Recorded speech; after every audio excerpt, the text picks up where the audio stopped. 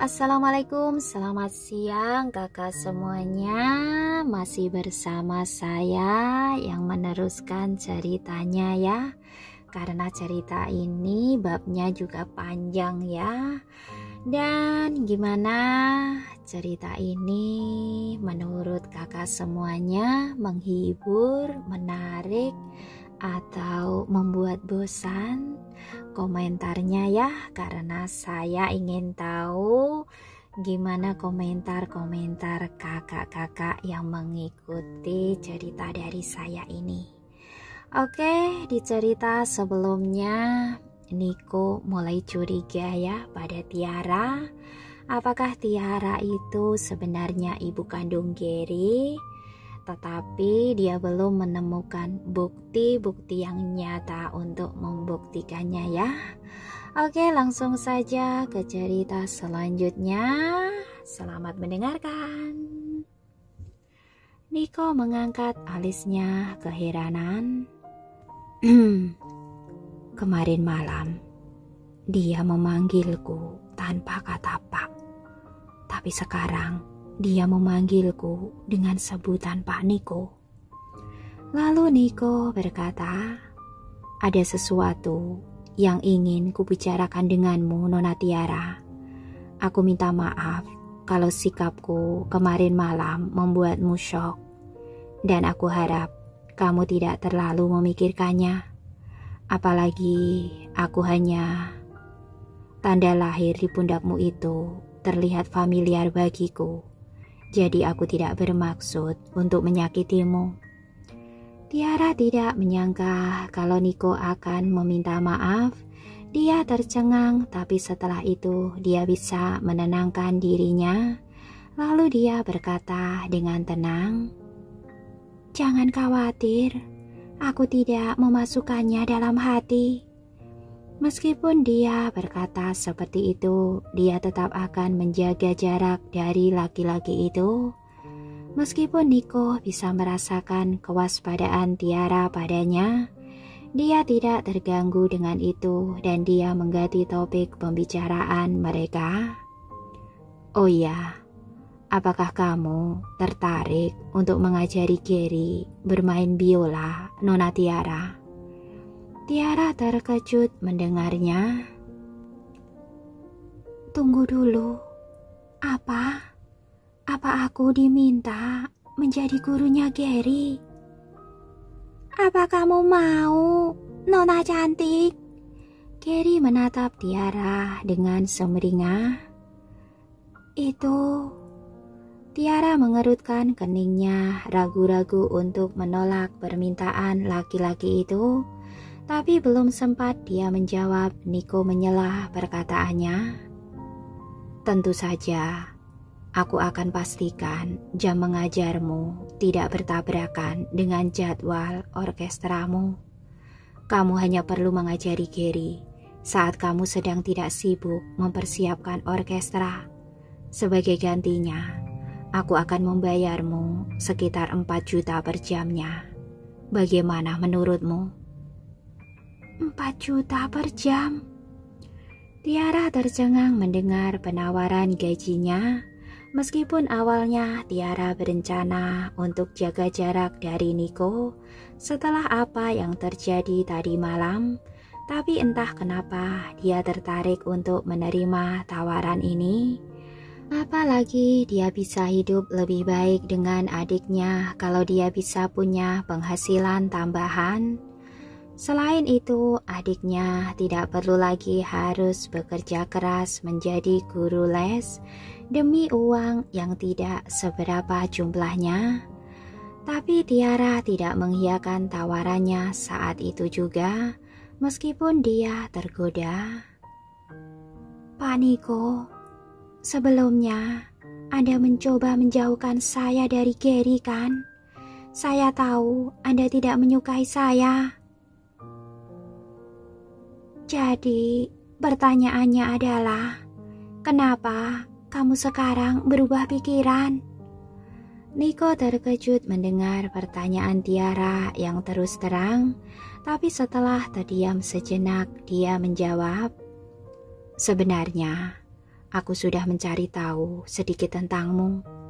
Meskipun aku tahu itu sama dengan melanggar privasimu, aku tidak punya pilihan selain melakukannya demi keamanan Gary. Alasanku mengizinkanmu menginap adalah karena menurutku kamu bisa diandalkan. Tapi hal yang paling penting adalah Gary menyukaimu. Meskipun kamu mungkin tidak menyadari hal ini, Gary adalah anak yang sangat suka menyendiri, sehingga dia didiagnosis dengan autisme ringan. Dia tidak suka bergaul dengan orang lain, tetapi kamu tampaknya pengecualiannya, yang berarti kamu spesial baginya. Jadi, jika kamu tetap tinggal di sini, kamu mungkin bisa mengubah hidup Gary menjadi lebih baik. Mendengar hal tersebut, Tiara tersentuh sekaligus terkejut karena dia tidak menyangka akan terjadi sesuatu yang begitu dramatis menimpa anak manis seperti Gary. Bagaimana hal seperti ini bisa terjadi pada anak kecil yang lucu ini? Lihatlah senyumnya. Dia anak yang sangat menyenangkan. Segera Gary mendekati Tiara dan memeluk pangkuannya dengan tulus memohon pada Tiara untuk tidak pergi. Nona cantik, aku mohon, jadilah guru musikku, oke? Nona sangat pandai bermain biola, dan aku ingin belajar darimu. Begitu Tiara mendengar suara menggemaskan dari anak laki-laki itu, tentu saja Tiara menyingkirkan semua keraguannya. Tidak tahu mengapa dia tidak bisa memaksa dirinya untuk menolak permintaan Gary. Jadi Tiara mengangguk dan menjawab, "Baiklah, aku akan tinggal di sini dan menjadi gurumu." Gary merasa senang terlihat dari pipinya yang memerah dan wajahnya yang bahagia. Luar biasa, aku akan melihatmu setiap hari, Nona cantik. Tiara tersenyum karena suasana hatinya menjadi semakin baik ketika dia melihat kegembiraan di wajah Gary. Pada saat itu, Nico tanpa sadar melengkungkan bibirnya ke atas, hanya sebentar sebelum senyumnya menghilang. Nico kemudian berdiri dan berkata, "Baiklah, sekarang setelah kamu menerima tawaranku, aku rasa kamu bisa mulai mengajari Gary hari ini, Nona Tiara. Masih ada beberapa urusan di kantor yang harus aku urus. Jadi aku akan tinggalkan Gary bersamamu." Baiklah. Tiara menyetujui tanpa ragu-ragu. Dia berpikir memang seharusnya menuruti keinginan majikannya. Apalagi Tiara baru saja pindah karena Tiara sudah memaafkannya setelah dia meminta maaf. Di sisi lain, Nico hendak meninggalkan rumah, tetapi sebelum Nico pergi, dia berkata kepada Andi, "Awasi Tiara, jika dia bertingkah aneh, aku ingin kamu segera memberitahuku." Baik. Kepala pelayan mengangguk tetapi merasa tercengang dan bertanya-tanya apakah Nico masih tidak mempercayai Tiara. Ketika Nico kembali ke kantornya, dia memberi perintah kepada Bima. "Aku ingin membeli National Symphony Concerto. Selesaikan secepatnya sekarang." "Siap, Pak Nico." Bima mendengar instruksinya dan melakukan apa yang diperintahkan tanpa mengajukan pertanyaan lagi. Sementara itu, Tiara melanjutkan memberi pelajaran pertamanya kepada Gary. Tidak lama setelah Nico meninggalkan rumahnya, perumahan Berlian, Gary memiliki kemampuan memainkan piano dengan baik. Dia menunjukkan ingatan dan pemahaman yang baik tentang teori musik. yang membuat Tiara merasa bersyukur karena mempermudah pekerjaannya. Pada saat yang sama, kepala pelayan Andi diam-diam mengamati Tiara tetapi tidak menemukan ada yang salah dengannya saat Tiara mengajari Gary dengan penuh kesabaran dan dedikasi. Aku tidak mengerti. Tiara menunjukkan ciri-ciri guru yang baik. Jadi apa yang salah dengannya? Sementara itu, Niko disibukkan dengan beberapa rapat di sepanjang hari sebelum memeriksa belasan dokumen yang nyaris tidak memberinya waktu luang. Ketika Niko akhirnya ada waktu untuk beristirahat di sore hari, Vania menelpon untuk mengingatkannya akan sesuatu. Niko, kamu harus menjemput Rosa di bandara setengah jam lagi. Aku sudah memberikan nomormu padanya, jadi Rosa akan menghubungimu.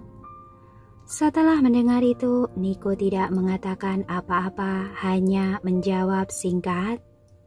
Baiklah, aku mengerti. Setelah menutup telepon, Niko memberi instruksi pada Bima. Siapkan mobil, kita pergi ke bandara sekarang. Bima mengangguk sebagai jawaban. 10 menit kemudian, Niko menerima telepon dari Rosa ketika dia sedang dalam perjalanan ke bandara. Halo, Niko, ini Rosa. Wanita itu memperkenalkan dirinya dengan suara yang menenangkan dan lembut, tapi entah bagaimana Niko tidak merasakan apapun. Sebaliknya Niko merasa tidak nyaman mendengarnya memanggilnya dengan nama depannya. Karena itu Niko mengerutkan kening dan bertanya dengan dingin, apakah ini Nona Rosa? Rosa berhenti dan melanjutkan perkataannya dengan lembut. Maafkan aku mengganggu karena menelponmu mendadak. Tapi aku ingin memberitahumu bahwa ibuku dan aku baru saja sampai. Aku mendengar dari Vania bahwa kamu akan menjemput kami. Jadi kuharap kamu bisa mengajak Gary. Karena aku sudah lama tidak bertemu dengannya. Selain itu, aku tidak bisa kembali tepat waktu saat ulang tahunnya. Jadi aku ingin memberinya hadiah dan ingin memberikannya kepadanya secara langsung. Apakah bisa? Rosa berbicara dengan suara lembut yang tidak bisa ditolak oleh siapapun. Pria manapun akan menyerah pada suaraku yang menenangkan. Rosa percaya diri dengan suaranya, percaya bahwa Niko akan melunak setelah mendengarnya. Meskipun demikian, Niko tampaknya tidak merasakan apapun ketika dia mendengar perkataan Rosa. Lagi pula, Niko adalah pria yang lebih suka menjalani hidupnya sebagai bujangan, dan dia sama sekali tidak tertarik pada wanita. Jadi suara Rosa tidak mempengaruhinya. Selain itu, Niko bisa merasakan ada sesuatu hal yang salah saat ibunya menyuruhnya menjemput Rosa di bandara. Tetapi meskipun Niko tidak senang, dia tidak menolak permintaan Rosa. Baiklah, aku akan mengajak Gary nanti. Niko memberikan jawaban tenang yang membuat Rosa tersenyum. Setelah panggilan telepon berakhir, Niko memanggil kepala pelayannya yang berada di perumahan Berlin. Andi, tolong bawa Gary ke bandara. Di sisi lain, Gary menunjukkan keengganan ketika dia mengetahui bahwa ayahnya ingin membawanya pergi. Gary kemudian memeluk Tiara dengan ekspresi keras kepala di wajahnya sambil bertingkah. Tidak, aku tidak mau kemana-mana. Aku ingin bersama Nona cantik.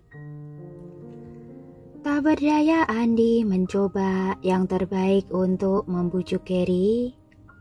Tapi Tuan Niko telah menjelaskan bahwa kamu harus ada di sana. Jadi kamu akan menyulitkanku jika kamu tidak ikut denganku.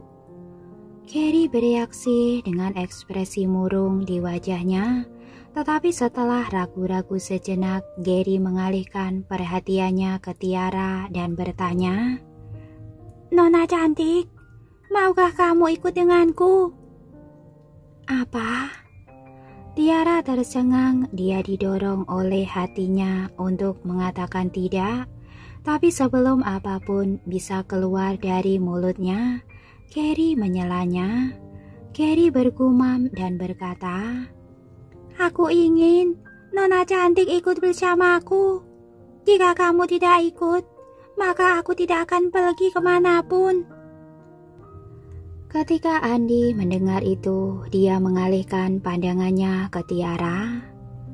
"Nona Tiara, kumohon ikut bersama kami." "Baiklah kalau begitu."